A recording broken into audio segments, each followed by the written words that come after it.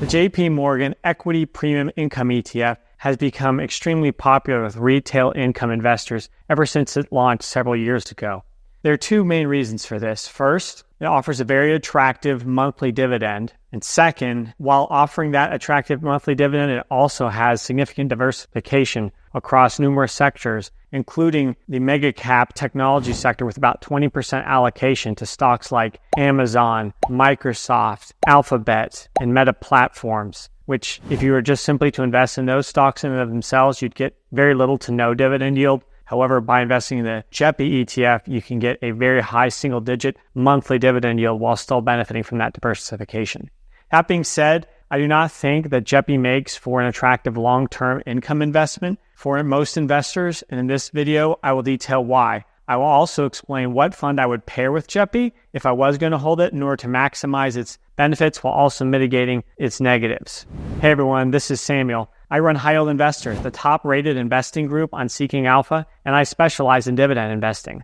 I just started my YouTube channel in order to share my unique approach to dividend investing with a larger audience, and I need your help to make it a success. So if you could please like this video, comment below what your thoughts are on the JEPI ETF, and also subscribe to my channel, I'd be greatly appreciative. Thank you very much. The first big reason why I do not think that JEPI ETF is an attractive long-term income investment is because its expense ratio is relatively high at 0.35%. In particular, it's about 5 to 6 times higher than many other dividend ETFs out there, such as SCHD, VIG, VYM, and several others, all which sport a meager 0.06% expense ratio. This means that if you invest in JEPI instead of some of these other ETFs, over the long term, you're going to end up losing a lot more of your money through fees to the asset manager instead of it being applied to your total returns and compounding over many years. A second reason why I'm not a big fan of JEPI as a long-term income ETF is because, as its expense ratio implies, as well as some other structural aspects of it that we'll get to in a minute,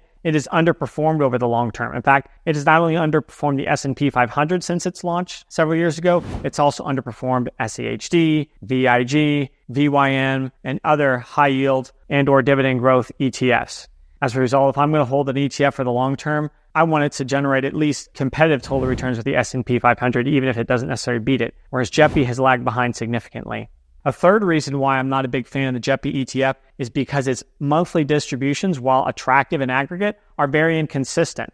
Some months they're much higher, other months they're much lower. And the reason for this is because it generates the vast majority of the cash flow that it pays out as a distribution through implementing a notional covered call strategy in which it generates premiums based on the implied volatility of the market that you would get as if you were selling covered calls as well against, say, the S&P 500.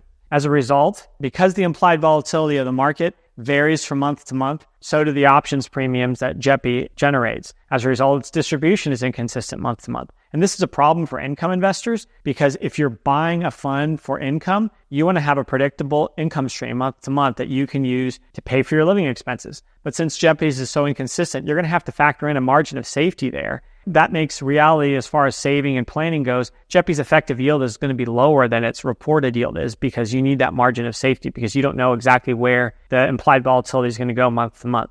The fourth reason why I do not think that JEPI makes for an attractive long-term income investment is because there's little to no dividend growth. As you can see in the chart, JEPI's income growth has been very erratic since its launch and has really not grown at all either. And once again, this is because its income is almost entirely generated by options premiums. And since the JEPI's notional covered call strategy caps upside during bull markets, that means that over time, you actually run the risk of eroding some of your principal. Since during strong bull markets, your shares will be called away from you, but then they have to be bought back, or you at least have to redeem the calls at a loss. And that means that JEPI is going to be unlikely to grow its distribution much over the long term. And if anything, it may even decline, just depending on how market patterns go and how volatile the market is. Given that inflation is a major force in today's economy, if you're wanting a long-term income investment, you want one that's going to keep up with inflation over the long term. Otherwise, your buying power is going to gradually decline or potentially even rapidly decline, depending on where inflation heads from here.